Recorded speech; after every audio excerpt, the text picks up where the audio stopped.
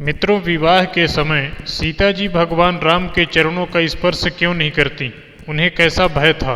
इसी प्रसंग पर आइए विचार करते हैं। बड़ा ही महत्वपूर्ण प्रसंग है। आपसे निवेदन है कि पूरा वीडियो अवश्य देखें। जय सीताराम। मैं हूं प्रसन्न चतुर्वेदी और स्वागत है आप सभी का कथामृत यूट्यूब चैनल पर। तो आइए आज का वीडियो शुरू करते हैं। मित्रों, गोस्वामी जी ने मानस में ही लिखा है कि जब सीता जी की सखियाँ सीता जी से कहती हैं कि सखी कहीं प्रभु पद गहु सीता, करत न चरण परस्यति भीता। यहाँ पर सखियों के कहने से सीता जी ने भगवान के चरणों का स्पर्श नहीं किया। गोस्वामी जी ने सीता जी द्वारा चरण स्पर्श न करने का कारण लिखा है।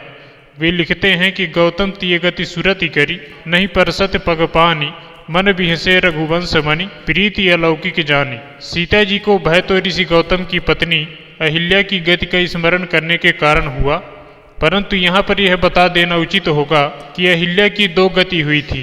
प्रथम तो जब भगवान राम ने उस शिला को अपना चरण छुआया तो परसत पद पावन शोक नसावन, प्रकट भई तप पुंज सही। और दूसरी गति जब उसने भगवान राम के चरण छुए तो मानसकार ने लिखा है कि अतिशय बड़भागी चरणनि लागी, जुगल नयन जलधार बही।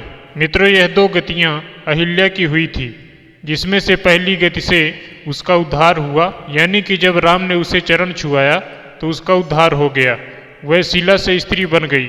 परंतु स्त्री बनकर जब उसने राम के चरणों का स्पर्श किया तो गए पति लोक आनंद भरी। उसे राम ने उसके पति गौतम के पास भेज दिया। यही स्थिति सीता जी के सामने भी आती है।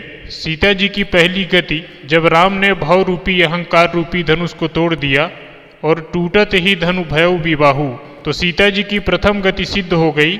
अब दूसरी गति में जब सखियां सीता जी से राम के चरणों का स्पर्श करने को कहती हैं तो सीता जी सोचती हैं कि कहीं अहिल्या की तरह मेरी दूसरी गति प्रभु राम न करना चाहें और पति के लोक जाने को। जैसे अहिल्या के दोबारा पैर छूने पर उसे कह दिया, वैसे अब यदि मैं इनके पैर छूती हूँ और ये हमें कह देते हैं कि तू भी अपने पति के लोक को चली जा, तो मैंने तो इन्हें ही पति रूप में स्वीकार कर लिया है, भला मैं फिर कहाँ जाऊंगी।